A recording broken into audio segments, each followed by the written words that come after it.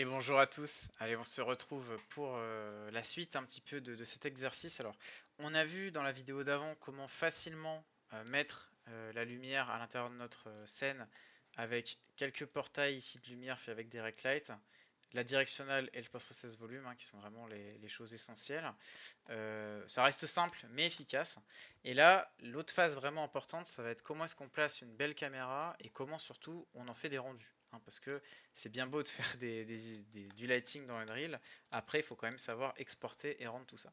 Alors, le module dont on va avoir besoin ici, si vous ne l'avez pas activé, c'est Movie Render Queue. Alors ça, vous devez aller le chercher ici, le Movie Render Queue. Vous voyez, il faut le cocher. Dans la catégorie Plugin. Vous allez dans Plugin, vous tapez Movie Render et vous chopez le Movie Render Queue. C'est très important. Une fois qu'on a ça, moi j'aime bien souvent me faire un petit level que j'appelle cinématique. Hop. Et mon level cinématique, comme on l'a fait dans la vidéo d'avant, je le drop ici. C'est un peu dans cette logique, alors c'est pas capital de faire ça, mais c'est dans cette logique toujours de dire je travaille proprement, je nomme mes scènes, je les subdivise en sub-level, voilà, c'est des bonnes pratiques, c'est des bonnes pratiques à prendre. Dans ce level cinématique, on va créer déjà une caméra. Alors, dans Unreal, vous avez une caméra qui s'appelle la Ciné Camera Actor. Voilà, ici la Ciné Camera Actor. Hop, donc, quand vous l'avez créé, vous voyez, si j'appuie sur la touche G, quand vous voulez faire apparaître ou disparaître comme ça les éléments de l'interface, il faut faire G. Donc ma caméra qui est ici, on va essayer de l'incarner. Ciné Camera Actor, alors là c'est pas celle-là, je pense que c'est Ciné Camera Actor, c'est elle. Et vous voyez que tout de suite, ça change un peu le viewport, donc vous pouvez contrôler ici comme d'hab avec au bas gauche droite. Et là c'est un peu tout flou. C'est un peu tout flou ce que je vois. Je vais aller ici dans l'outliner, on va cliquer la caméra. Alors dans ces options, on va retrouver des choses vraiment importantes pour le rendu. Comme par exemple déjà le format d'écran. Alors vous pouvez toucher ici le senseur. Hop, on peut toucher le senseur pour avoir un effet. Il faut penser à son format, laissez pas des trucs simples en 16 neuvième. Pensez qu'en fait un personnage, vous pouvez faire du portrait. Quand vous faites des posts Instagram, vous pouvez faire des images carrées. Moi j'aime bien quand sur du décor travailler ici sur un format qui est un peu cinémascope, genre 2 fois plus large que haut. C'est vraiment un format que j'apprécie. Et une des premières choses qu'on va faire, parce que là actuellement on voit tout trouble, c'est rentrer ici dans les options de focus et passer dans le mode manuel ici la pipette. Regardez par exemple si je veux le saut, regardez là je m'approche du saut, hop. Si je veux faire un joli rendu sur le saut, je mets la pipette, je clique sur le saut et hop, le saut est net. Ça c'est vraiment un truc super important. Là vous voulez les belles bonbonnes, vous cliquez, boum, les bonbonnes sont nettes. Je pensais pas dire ça un jour dans un cours, mais voilà, les bonbonnes sont nettes. Même chose pour la palette ici, la palette est nette. Bon, vous avez compris l'idée. Donc on se place. Une fois qu'on est placé, on place notre focus par exemple sur la table. Et là déjà, on a un truc, je vous fais le sans et avec. Vous voyez avec les petites bandes noires et le flou, qu'on peut gérer d'ailleurs, vous avez tout de suite un effet qui est plus cinématique. Alors, autre chose que souvent les gens oublient trop quand ils sont débutants ou quoi, c'est notre focal length. Alors la focal length ici, vous voyez, elle peut être très serrée. Hop, regardez là, je fais un rendu très serré. Comme elle peut avoir vraiment sur des trucs, des très gros plans, des trucs comme ça, là je peux avoir un rendu qui est vraiment réaliste avec tout ça. On peut aussi l'ouvrir, voilà, l'ouvrir pour avoir un effet un peu, regarde, je vais un peu à caméra de surveillance, là voilà, je suis en mode caméra. Donc la focale, c'est vraiment important quand vous faites un rendu, il faut y penser. Je vais rester sur quelque chose d'assez intermédiaire, j'ai envie de voir la pièce, voilà, j'ai envie de voir la pièce, j'ai envie de mettre mon focus. On verra dans une autre vidéo comment faire par exemple des trackings sur un élément qui est animé. Notamment, je vous renvoie au chapitre, tout sort en même temps, mais je vous renvoie sur le chapitre avec les personnages où on fait vraiment un rail et où on suit un personnage sur un rail. C'est vraiment une bonne vidéo pour apprendre ça, notamment les focus sur un objet animé. Mais vous avez aussi l'aperture. Alors l'aperture, comment comprendre ce paramètre? C'est simple, quand vous avez un flou, par exemple là j'ai un flou qui est très énervé sur le petit capot de la poubelle, en fait l'aperture, si elle est très ouverte, vous allez voir, vous voyez que la scène est globalement un peu plus nette, et s'il est très serré, il y a une grosse zone floue et une petite zone nette. C'est simple, plus l'aperture est serrée, plus le point de focus est petit en fait, et net, donc focus, le point de netteté est de faible envergure, plus vous augmentez l'aperture, plus ce point de netteté est large. Ok? Donc c'est quelque chose qu'il faut gérer. il faut y penser et il faut le comprendre, ok? Donc je vous laisse, vous mettez un point de focus et vous testez, voilà. Vous mettez un point de focus et vous testez votre aperture. C'est quelque chose qui peut être vraiment, vraiment pas mal.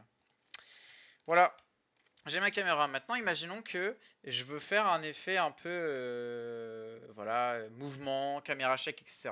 Comment est-ce qu'on va faire ça? Alors, ça va passer par le séquenceur. Ici, on va aller dans le séquenceur, créer une nouvelle level séquence. Moi, j'aime bien enregistrer ça au même endroit. Donc là, par exemple, j'en avais fait déjà d'autres dans ce cours, mais là, je vais l'appeler par exemple base caméra forward. Voilà, bon, je mets des noms alambiqués, mais vous pouvez l'appeler Roberto si vous voulez. C'est vous qui choisissez. Vous sauvegardez. Et là, ça va vous ouvrir la timeline. Et donc la timeline, qu'est-ce qu'on fait avec? Ben, on prend nos éléments, on les drop. Voilà, on les drop. Et une fois qu'ils sont droppés, on va avoir la possibilité d'animer notre cam. Donc on clique, chaque acteur, un acteur c'est ce qui s'incarne dans la scène, vous cliquez là, vous allez dans le séquenceur, vous pouvez lui créer un point de position. Alors là je suis à 150 frames, je vais un tout petit peu élargir, je vais passer à 400, voilà, hop, on est content. Vous faites un transform ici, vous avancez dans le temps, hein, vous voyez, j'ai créé un point, j'ai cliqué sur transform, on clique sur la petite clé ici, ça crée une clé. La clé c'est la position de l'objet à l'instant donné, si vous faites de l'animation ça vous parle. Puis on avance, on déplace la cam et on remet une clé. Mon mouvement existe, voilà, ça y est, on a créé notre mouvement, on est content. Comment, il y a beaucoup de personnes qui me demandent ça, comment est-ce qu'on fait un caméra shake? Alors, caméra shake, c'est un peu plus embarrassant, mais en vrai, ça ajoute quand même un petit effet un peu réaliste.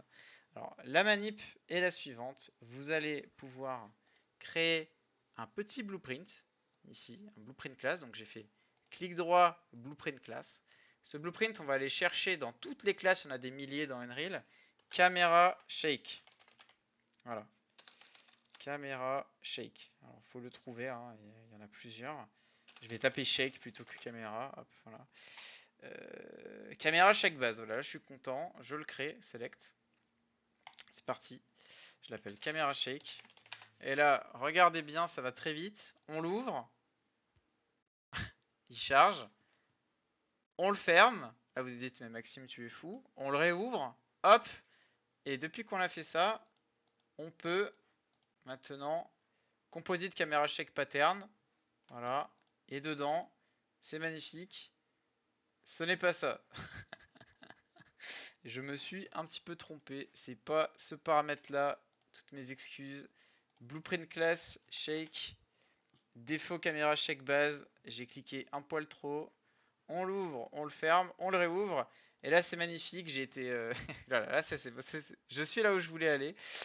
Il faut en fait que, vous voyez, je peux gérer une sorte d'amplitude et tout sur mon caméra shake. Donc, je refais. J'ai fait blueprint class. Et j'ai pris, dans shake, j'ai pris celui-là, le défaut caméra shake base. D'accord? Défaut caméra shake base. On le regarde. J'ai des paramètres. Donc, quelle est l'amplitude? Là, on va laisser un petit peu comme ça. Pour l'instant, je vais juste toucher ce qu'on appelle la duration. Ici. Regardez. Vous prenez votre caméra, vous prenez votre séquence, pardon. Vous ajoutez avec le petit plus qui est là sur votre caméra, caméra shake, on l'a appelé New Blueprint, on est vraiment très sale aujourd'hui. Normalement, il faut lui donner un nom, mais il s'appelle New Blueprint. On clique. Et là, regardez, c'est magnifique. Dans la timeline, je peux venir placer mon effet. Et regardez ce qui se passe. Vous voyez comment je vais laisser juste la séquence se jouer. Est-ce que vous voyez comment elle gigote ma caméra? Ça donne un effet un petit peu bodycam, comme s'il y avait un caméraman, voilà, qui vraiment portait le truc. Souvent, ça donne un effet quand même qui est beaucoup plus réaliste à notre mouvement. On ne veut pas tout le temps. Alors là, vous allez me dire, bon, Max, ça paraît un peu aléatoire, c'est un peu bizarre. C'est là qu'entre en jeu le réglage. Donc vous ouvrez ici votre blueprint caméra shake. Sur un écran, c'est un peu compliqué. Si vous en avez deux, c'est mieux. Et là, vous pouvez par exemple vous amuser à gérer l'amplitude. Voilà, par exemple, si je mets 5,5, regardez, ça va être drôle. Je mets 5,5, hop. Là, on a vraiment un caméra shake de fou furieux. Hein, ça gigote, ça gigote, ça gigote. Évidemment, si ça gigotait trop, on peut l'ouvrir et le baisser. Puis toujours un petit 0,5, voilà, 0,5, 0,5. On va mettre un petit peu de rotation à 0,1. Et puis ça va nous faire l'affaire, je pense. Hein. On va rester un petit peu comme ça. J'ai un petit mouvement sur ma caméra. Ça fait un peu comme si la personne marchait. Alors là, le truc, c'est que Ce serait peut-être plus cohérent si ma caméra elle était un peu plus haute. Je vous laisse vous un peu gérer votre rendu. Mais là au moins on voit comment donner un petit peu de mouvement à la caméra. Je vous laisse expérimenter et tester les choses un peu par vous-même. Tout ça pour dire qu'on a une caméra, un caméra shake et des lumières. Et maintenant admettons que j'ai envie de faire mon rendu. Et ben je vais cliquer ici sur mon petit clapet. On va choisir tout simplement une, euh, une catégorie. Alors vous avez le choix entre le Movie Scene Capture, celui-là c'est le plus simple, hein. C'est juste une résolution et on lance un rendu. Moi je vais aller ici dans le Movie Render Queue qui m'intéresse plus ici, hein. Vous voyez, je clique sur les trois petits points et je mets Movie Render Queue. Si vous l'avez pas ce truc, n'oubliez pas que c'est dans les plugins qu'il fallait aller le chercher, hein, Movie Render Queue, j'ai déjà montré au début du cours. On clique, on a ce panneau hein, pour faire les rendus. Et là, vous pouvez cliquer. Vous pouvez choisir une résolution. Imaginons, soyons fous, 3000 par 1500, parce que pourquoi pas. On choisit un format. Alors là, vous avez du classico, hein, du PNG, du JPEG. Moi, je vais faire du JPEG pour rester simple. Les différences, c'est que le XR, c'est un format qui est beaucoup plus lourd. 116 bits, c'est plus lourd qu'un JPEG, donc on a plus de qualité, plus d'informations, mais c'est pas tout le temps utile. Souvent, moi, ma stratégie, c'est de sortir des JPEG, et si vraiment je sors un truc pour le grand écran, genre type cinéma ou quoi, là, je rentre sur du XR. Souvent, en production, posez la question à votre compositing artist, vous lui demandez, vous dites hey, pour le compositing, tu veux quoi? Tu veux du JPEG, tu veux du PNG? Et il vous dira ce qu'il préfère, c'est la meilleure chose à faire hein, si vous êtes vraiment en prod. Et puis là, on va partir hein, sur un truc simple. On va peut-être se mettre un petit peu d'anti-aliasing avec un anti-aliasing par exemple temporal super résolution. Alors, qu'est-ce que c'est? En fait, quand vous faites un rendu, Unreal il va échantillonner plusieurs fois l'image. Et quand vous mettez des choses comme l'anti-aliasing, ça va nous éviter d'avoir certains grains, ça va nous éviter d'avoir parfois du crénelage. Du crénelage, vous savez, comme les pixels sont carrés, quand vous avez des courbes ou des lignes droites qui sont pas très droites, vous pouvez avoir comme ça des petits effets d'escalier sur les rendus qui sont pas très jolis. Donc là, le fait de mettre de l'anti-aliasing, ça va nous produire une image qui est plus nette, plus quali. Ok, on peut mettre du warm-up aussi. Le warm-up, ça permet de faire tourner le rendu dans le vide et après on capture. Souvent, ça évite que les premières frames d'un rendu soient un petit peu inutilisables parce que comme Unreal est en réel, en fait, quand vous lancez le rendu, il se remet à charger toute la scène. Donc les lumières apparaissent, la global illumination, elle se propage dans la scène. Vous pouvez voir des effets d'éclairage indirect se manifester au début. Donc voilà, ça peut un peu nuire à certaines frames. Pour l'instant, je laisse tout par défaut. Et quand on est content, petit tips ici, moi sur le file name format, j'aime bien remplacer le point par un slash parce que en fait ça va me créer un dossier qui a le nom de ma séquence. Ça c'est vraiment un truc super pratique. Quand vous avez fini, vous enregistrez ici votre preset, vous faites save as preset, je vais l'appeler render tuto, voilà parce que je suis très inspiré. Voilà, render tuto. J'accepte. Voilà, j'accepte. Et là c'est parti, on fait render local. Et là j'espère sincèrement qu'avec l'enregistrement ça va pas crash parce que c'est pas dit, hein, c'est pas dit du tout. Donc je donne les informations que j'ai avant que ça crache, mais Unreal c'est un moteur temps réel. Quand vous allez faire un rendu, il va essayer de prendre tout votre GPU et toute la mémoire de votre GPU. Et quand vous avez plusieurs, normalement la bonne pratique c'est que vous fermez tout ce qu'il y a sur l'ordi, genre pour qu'il n'y ait que Unreal. Vous fermez les records, vous fermez vos explorateurs, voilà, si vous avez un jeu vous le fermez aussi. Vous ne gardez que Unreal d'ouvert et vous lancez votre rendu parce que vous risquez d'avoir un petit message GPU crash, donc c'est pas bon du tout. Et parfois ça peut juste être du fait que si par exemple, je sais pas, vous avez mis une résolution qui est trop grosse, par exemple si je me mets à faire un rendu en 7000 par 3500, c'est quand même plus dur en termes de mémoire à calculer qu'un rendu en 3000 par 1500. Donc souvent on monte un peu par palier. Genre, vous faites d'abord un rendu en 3000 par 1500, après vous faites 4000 par 2000, après vous faites 5000 par 2500. Vous voyez, c'est à vous comme ça d'être prudent quand vous faites vos rendus. Et c'est parti. Est-ce qu'on va crash? Je sais pas. Render local. Render local, pour l'instant, j'ai l'air d'être toujours là. J'ai l'air d'être toujours là. Et là, ça peut rester blanc. On a une fenêtre qui va s'ouvrir. Unreal va nous dire qu'il compile. Alors là, voilà, je vous capture cette magnifique compilation de shaders. Il y en a 1300. Pourquoi est-ce qu'il fait ça? Parce qu'en fait, lui, il recompile tout SIDO. En fait, quand il va faire le rendu, il va envoyer le maximum. Donc là, il compile tout ce dont il a besoin pour envoyer ce maximum et pour faire cette image qui va être belle. Une fois qu'on aura fait ça, je pense que je vais enregistrer sur une autre vidéo ou même vous renvoyer vers une vidéo qui est déjà sur ma chaîne, mais on va vouloir sortir nos images dans un logiciel de montage, par exemple After Effects, Premiere, Media Encoder. Il y a un débat, là je meuble pendant qu'il compile, mais il y a un débat qui est le suivant, c'est est-ce qu'on sort des vidéos directement d'Unreal ou est-ce qu'on sort des séquences d'images? La règle pour moi c'est on sort toujours des séquences d'images et on monte la vidéo ailleurs que dans Unreal parce que même si Unreal il peut faire de l'AVI, il peut faire du point mauve, il peut faire pas mal de choses, le truc c'est que il ne reste pas un logiciel d'encodage vidéo et il y a des logiciels d'encodage vidéo comme Media Encoder qui vont être beaucoup plus performants là-dedans. Donc le plus sage, c'est de sortir des séquences d'images, JPEG, et après de monter ces séquences dans un logiciel de montage proprement et de les compiler. Moi souvent j'utilise un H264, hein, c'est mon format préféré pour YouTube ou pour ArtStation par exemple.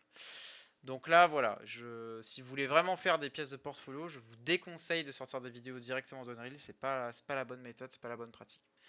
Bon, on voit que le rendu va se lancer bientôt. On a 359 frames. Souvent, quand vous faites ça, je vous cache pas que c'est le moment où normalement vous allez faire autre chose. Voilà, vous allez prendre un café. Ça peut durer longtemps en rendu, hein. Parce qu'Unreal, il est temps réel. Mais on peut volontairement booster un peu l'anti-aliasing pour que les frames elles mettent du temps à se lancer. Voilà, là vous restez au début. Boum, le rendu il est parti. Les frames elles vont vite. Vous avez vu là. Ça monte, hein, ici. Ça monte vite. Le mouvement est en cours et je pense que on va avoir un joli rendu qui va se faire. Ça va être pas trop mal. Ici, on est presque au bout. Voilà. Quand c'est fini, on clique sur l'output et on a notre dossier. Et regardez, on a toutes les frames. Voilà, on a toutes les frames une par une qu'on va pouvoir les monter dans notre logiciel de montage préféré. Donc là, voilà pour cet exercice. Ça nous fait deux petites vidéos d'environ 20 minutes. On construit la lumière, on pose la cam, on manipule un peu la cam et on sort notre rendu. J'espère que ça vous a plu. Vous n'hésitez pas à me montrer des exemples, à me solliciter. Parce que ben, des fois il y a peut-être des choses qu'on comprend pas ou ça va trop vite. Mais j'espère qu'en tout cas ça vous aura plu et on va se retrouver pour la suite des modules.